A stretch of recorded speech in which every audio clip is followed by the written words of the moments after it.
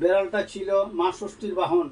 সে রোজ গিয়ে মা ষষ্ঠীর কাছে এই চুরি করে খাওয়ার সব কথা বলে দিত। কিছু ছোট বউ নিজের দোষ কখনো স্বীকার করতো না। এমনি করে জ্যৈষ্ঠ মাসের শুক্লপক্ষের ষষ্ঠী তিথিতে অরণ্য ষষ্ঠীর ব্রতের দিন এসে পড়ল। ব্রাহ্মণী ব্রত করবে, বাড়িতে হবে আনন্দ উৎসব।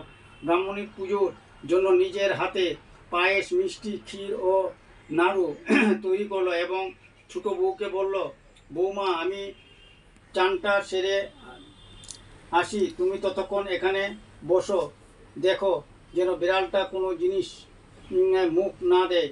ব্রাহ্মণী চলে গেল চান করতে। এদিকে এইসব ভালো ভালো খাবার দেখে বউ আর লোভ সামলাতে পারলো না।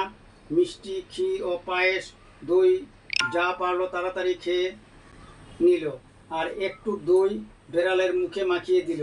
এদিকে ব্রাহ্মণী চান করে এসে দেখলো যে খাবারগুলো সব কে যেন খাবলে খেয়ে গেছে। ব্রাহ্মণী ছোটো বউকে তখন জিজ্ঞাসা করলো, বৌমা, পুজোর মিষ্টিগুলো কে এইরকম করে খাবলে খেয়ে গেল?